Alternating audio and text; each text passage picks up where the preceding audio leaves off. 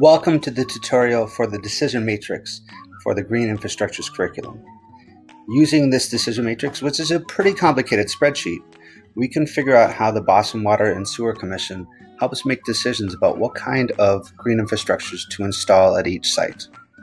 Let's take a look. Let's start off with a few tips. The first tip is really important. There are so many people who will be using the spreadsheet, we don't want to use the same version, otherwise we'll all be changing each other's numbers.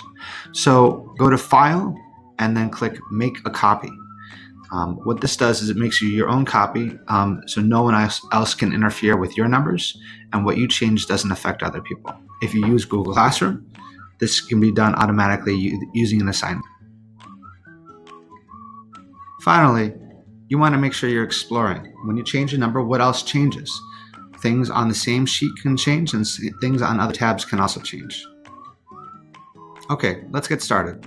When you open the Schoolyard Data spreadsheet, this is what you're going to see. It's the first tab labeled Intro. You see all the different tabs at the bottom. This one actually doesn't have any numbers that you need to know.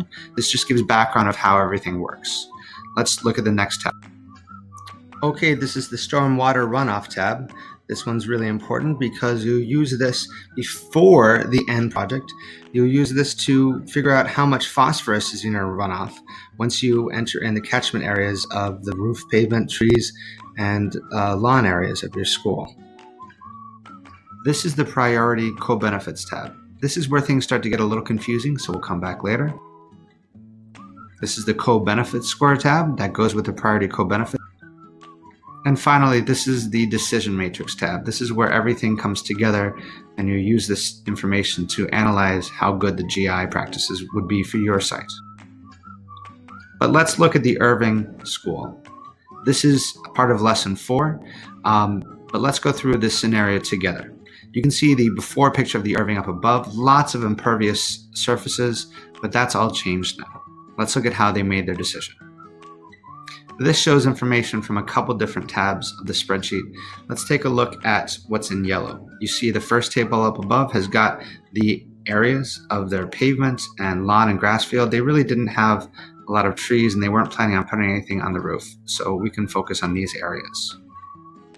Next, you can see the scenario name is Scenario A because there's a couple that we'll look at in class. The location is the parking lot, and they've already chosen 3 co-benefits. Let's take a look at the co-benefits together first. Co-benefits are other ways that green infrastructures can benefit your schoolyard beyond just fighting nutrient pollution from stormwater runoff. The first 2 are parking, enhancing parking, and also removing impervious cover. Green infrastructure can be made to enhance play spaces or increase groundwater. These are 2 more co-benefits. GI can also increase the biodiversity or increase the amount of shade from the tree canopy. And finally, green infrastructure can improve air quality if you plant the right plants in a bioretention practice, and also can educate people about green infrastructure.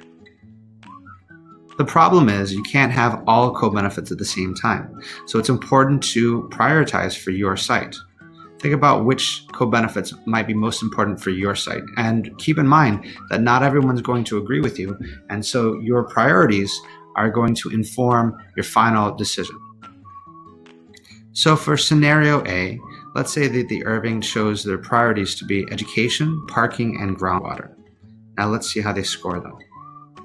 The first step is to rank these priority co-benefits. You've got 100 points that you have to divide between the 3, so in this case, they gave 40 points to education because it's a school, and so they said that is most important. And they split the rest of the points between groundwater and parking. Notice in the rank, that's something that you decide. So once you've decided on your priorities, use 100 points and divide them however you want. The next tab lets you actually score how good they are. You'll have 4 tables, 1 for each GI practice. Notice the ranking in gray automatically imports from the last tab. Use the co-benefits reference sheet to help decide your options, and you only have to score them for your 3 co-benefits that you've picked. Here's another table with the scores for the bioretention practices for the Irving. Here's the scoring for permeable pavements. And here's the scoring for rainwater harvesting.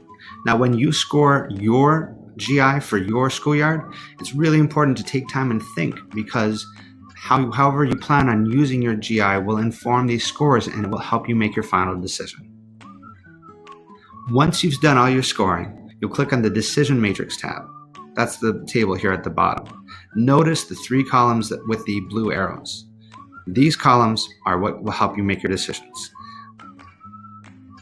So the first important column is called phosphorus remaining after GI. You'll notice that there's a column before that saying how much phosphorus there is before GI. That's calculated based off of your second tab.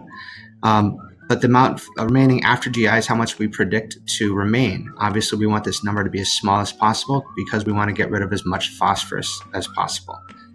However, that's not the only consideration, because we also have money and other co-benefits to consider. The next column shows you construction cost. Obviously, we don't have an infinite amount of money to spend. And the final one shows you the co-benefit scores. This is imported from the scoring that you did on the other tabs. While the amount of phosphorus remaining and construction costs will be the same for every group, notice that the co-benefit scores will change depending on which co-benefits you prioritized. So different people are going to have different decisions, but using these 3 columns, you're going to figure out what you think is the best idea for the green infrastructure at your school. Good luck.